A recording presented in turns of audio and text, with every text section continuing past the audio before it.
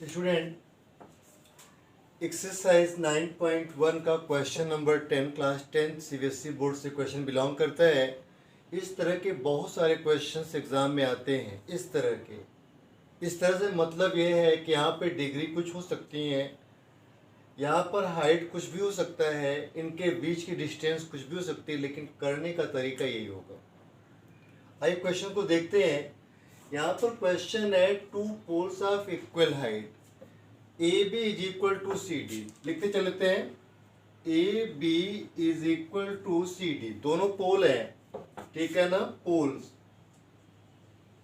Poles A B is equal to C D standing opposite each other on either side. Either माने दोनों तरफ। एक road है, road के दोनों तरफ एक ही लेंथ के दो पोल लगे हैं।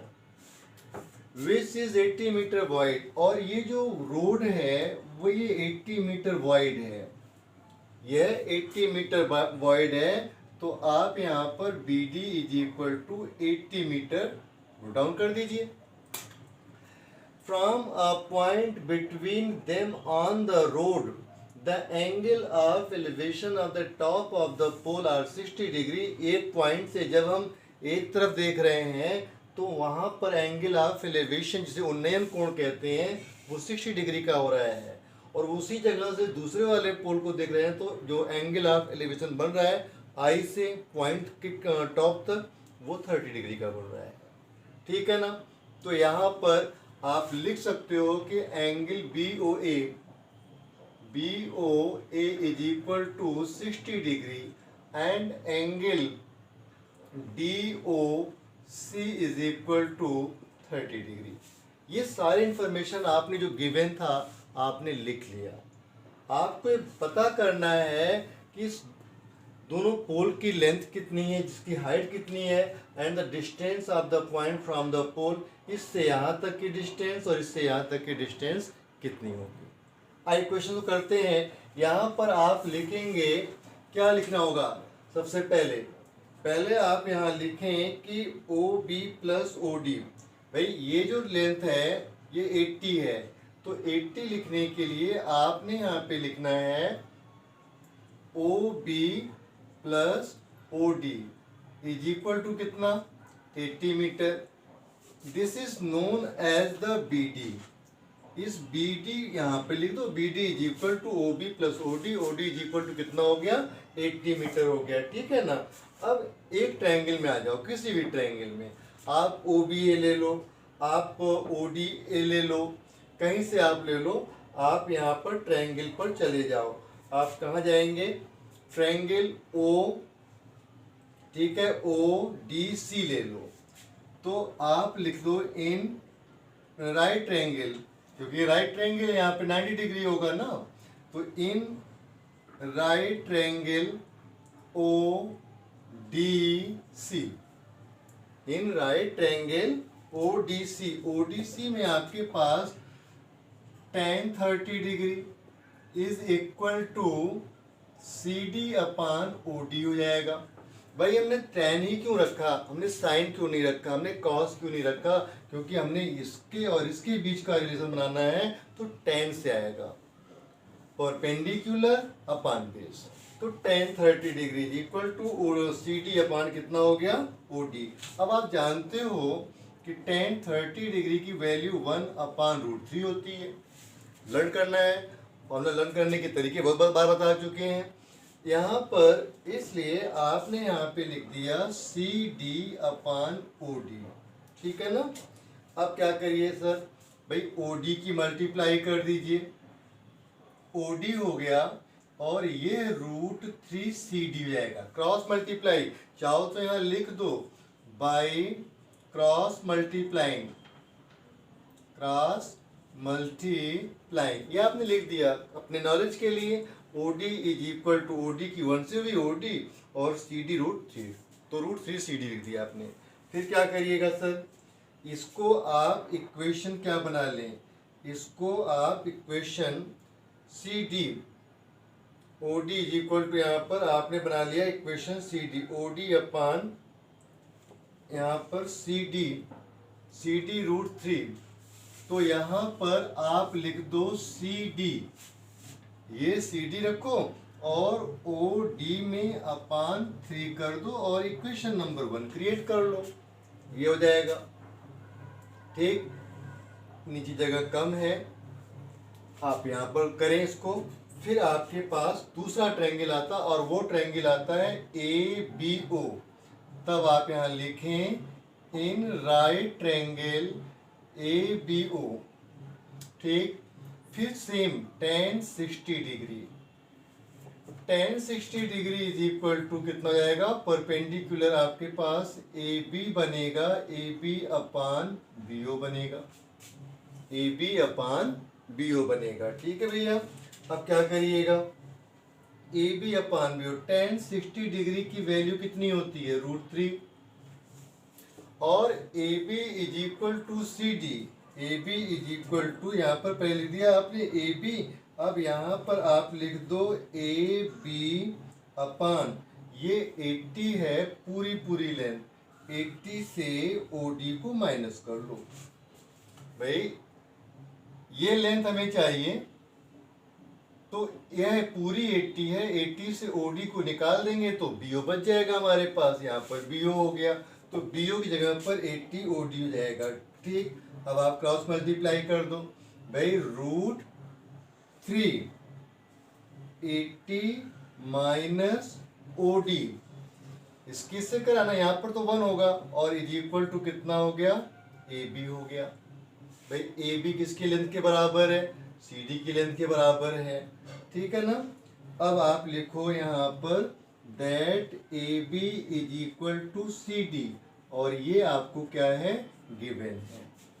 तो यहाँ पर √3 80 plus OD is equal to क्या हो जाएगा, 80 प्लस OD, और यहाँ पर ये जो AB है, AB बेटे CD के इक्वल होगा, यहाँ पे CD लिख दो, CD के इक्वल हो गया। फिर क्या करना, CD, ठीक है ना, CD, और यहाँ पर जो वैल्यू आई है, देखो यहाँ पर CD की वैल्यू कितनी है, OD अपान 3, आप देख ले यहाँ पर CD की वैल्यू कितनी है, OD, तो यहाँ पर आप लिख दें OD अपान √3।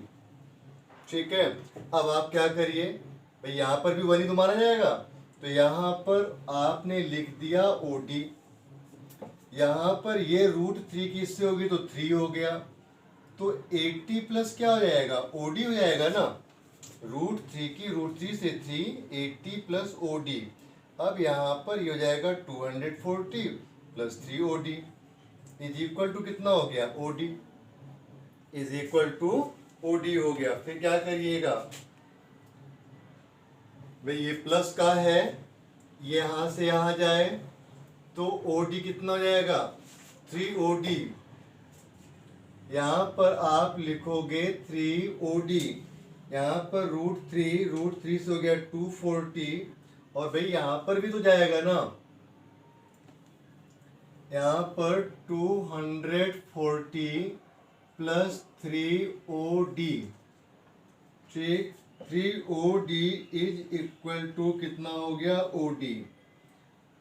ठीक है, और यहाँ सॉरी एक चीज हमने देखो, माइनस से गलती हो रही है, यहाँ पे हमने क्या रखना है, माइनस OD, तो यहाँ पर भी माइनस OD, यहाँ पे माइनस OD, तो बेटा यहाँ पे 240 OD और ये माइनस यहाँ जाएगा तो क्या जाएगा, 3 OD हो जाएगा।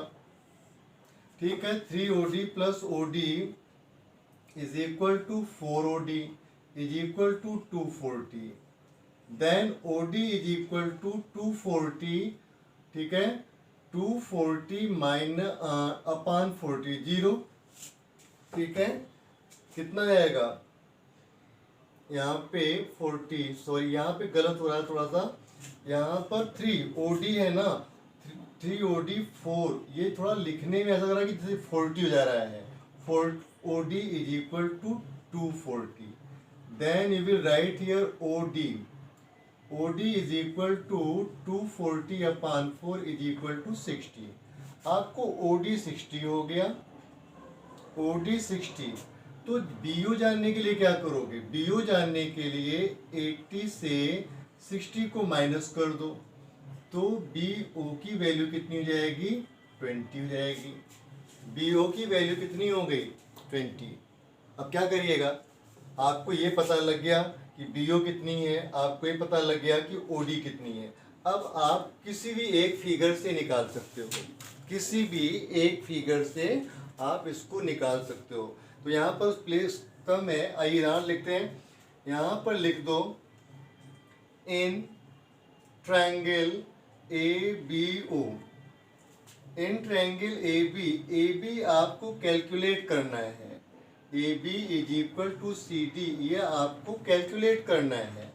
आपको BO का पता लग चुका है कि BO कितना है, BO 20 है, 20 मीटर। तो आपने यहाँ पे BO 20 लिख दिया। अब आप लगाएंगे same tan 60 degree is equal to AB upon BO। tan 60 degree की जो वैल्यू होती है वो √3 होती है। तो AB अपान BO हमारे पास 20 है, क्रॉस मल्टीप्लाई कर दीजिए, AB इज इक्वल टू 20√3। तो कितना हो गया भाई? आपको आंसर में लिखना है height of poles is equal to 20√3, distance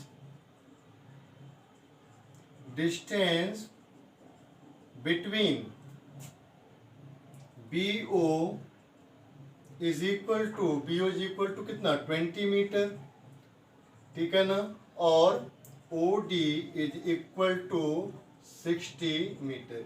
ये आपका फाइनल आंसर होगा। क्वेश्चन बहुत इजी है, बहुत ज़्यादा टफ नहीं है। थोड़ा सा समझना था क्वेश्चन में कैसे हमने रिलेशंस बनाने हैं, रिलेशंस बना करके इस क्वेश्चन को करना। इस तरह के बहुत सारे क्वेश्चंस आते हैं, कभी प्लेन के आधार पे आएगा, कभी बोर्ड के आधार पे आएगा, इस तरह के क्वेश्चंस आते हैं। और आपको पता करना होगा कि यहाँ पर बिल्डिंग होगी, यहाँ पे टावर होगा, यहाँ पर कोई ट्रीज होगा। तो इस तरह से आपको क्वेश्चन सॉल्व करना है। क्वेश्चन बहुत इजी है। इससे पहले के क्वेश्चंस को की प्लेलिस्ट देखने के लिए यहाँ पर जो आई का आइकन बना हुआ उस पर क्लिक करके आप देख सकते हैं। वीडियो के लिंक भी डिस्क्रिप्शन बॉक्स में दिए हुए हैं, वहाँ से आप क्लिक करके वहाँ से भी आप स्टडी कर सकते हो। अपने फ्रेंड्स को अधिक से अधिक आप शेयर करें, उन्हें भी प्रोत्साहित करें कि चैनल को सब्सक्राइब करें। Thanks to watch.